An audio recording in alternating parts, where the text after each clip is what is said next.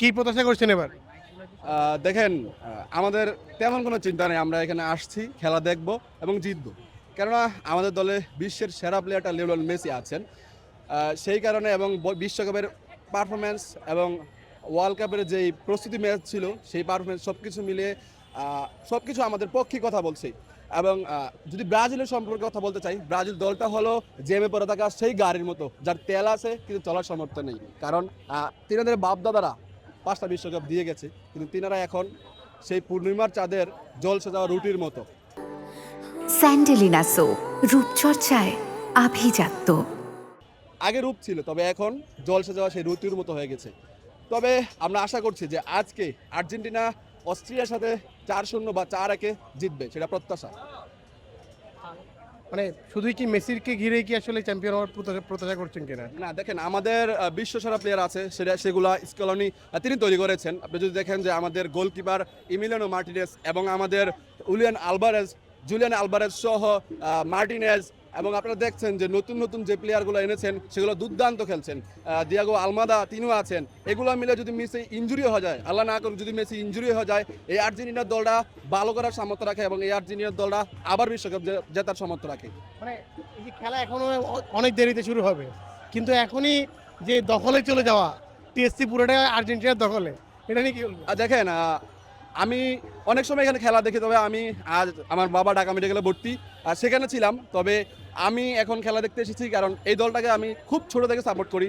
2010 সাল থেকে, তখন থেকে 2010 দেখেছি মেসি কীভাবে স্পেনের হাতে হেরে বিদায় নিয়েছিল, এবং 2014-তে কীভাবে ফাইনালে হেরেছিল, 2018-তে ফ্রান্সের হাতে আমরা বিদায় হয়েছিল, এবং 2022, 21 কোপা আমেরিকা আমরা এখন ভালো ফর্মে আছি, এবং সেটার জন্যই একটু মনটাকে হালকা করার জন্য খেলা দেখতে এসেছি। এবং আমরা এর আগেও দেখেছি যে 6টা বাজে খেলা ছিল, 6:30 বাজে, কিন্তু আর্জেন্টিনার সমর্থকরা সন্ধ্যা থেকে ভিড় করেছিল। এটা হলো ফুটবল আবেগের জায়গা।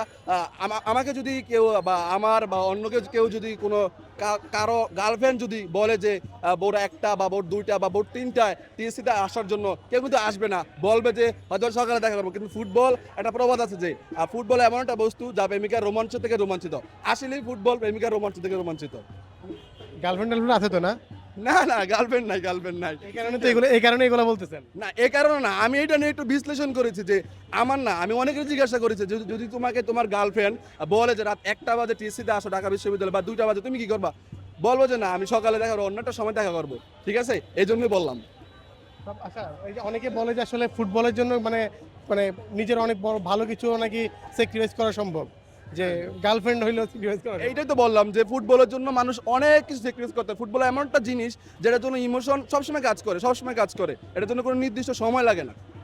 আপনার বাবা নাকি অসুস্থ, আপনি ওনাকে ছেড়ে এখানে আসাটা কি মানে আপনার কাছে কি মনে হয় ঠিক আছে? দেখেন, আমার বাবা আর্জেন্টিনার সমর্থক, তিনি বলেছেন যে যা খেলাটা দেখে আস। আমি 1 মাস ধরে এই ঢাকা মেডিকেলে আছি, তো তিনি জানেন যে আমাকে তিনি হয়তো জানেন যে বিশ্বকাপ এই মাসে শুরু হবে, আগে থেকে জানতেন, এবং তিনি আমাকে জিজ্ঞাসা করেন যে আর্জেন্টিনা খেলা কবে, তখন যাই খেলা দেখিস, এবং এটাও বলছে যে সেখানে নাকি অনেক মানুষ হয়, তার জন্য টিএসসিতে আসা এবং খেলা দেখা।